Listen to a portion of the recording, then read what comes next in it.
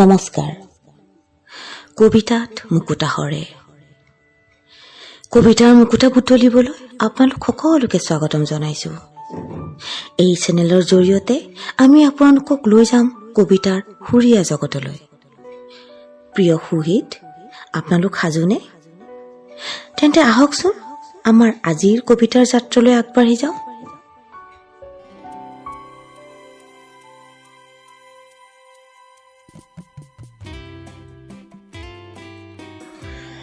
কবিতাত মুকুতা হৰেৰ আজিৰ নিবেদন অনুভৱ বন্ধুত্বৰ।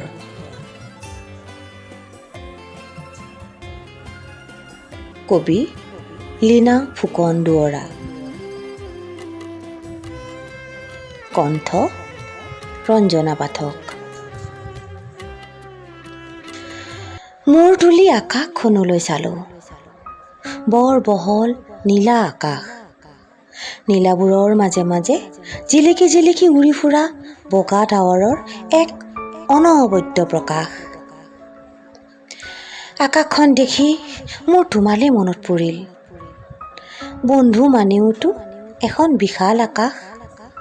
সূৰুজৰ পোহৰে জিলিকাই তোলা বগা ডাৱৰবোৰো যেন বন্ধুৰ মৰমৰহে প্ৰকাশ। কহুৱা দৰাৰ কাষত ৰৈ নৈখনলৈ চালোঁ। বহল দীঘল নদীখনে বুকুত মেটেকাৰ ফুলবোৰ লৈ বৈ গৈছে নীৰৱ চিহ্নভাৱে, এবাৰো থমকি নোৰোৱাকৈ। নদীখন দেখিও মোৰ তোমালৈ মনত পৰিল। বন্ধু মানেওতো এখন বোৱতী নৈ। মৰমবোৰ যেন ফেনে ফুটুকাৰে বৈ থকা পানী, সদায় সাগৰ অভিমুখী। উৰি যোৱা চৰাই জাকলৈ চালোঁ। বন্ধু মানেওতো এজাক পক্ষী। জোতা পোতা খুটা খুটি, কিন্তু সময়ত একেলগ হৈ নিৰ অভিমুখী। বন্ধু মানে সদায় একেলগে একে পথত।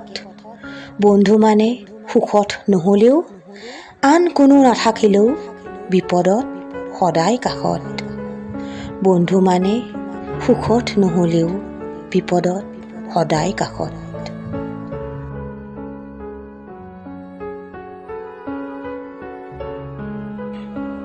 প্ৰিয় বন্ধুসকল, আমাৰ আজিৰ কবিতাটো কেনে লাগিল জনাবচোন।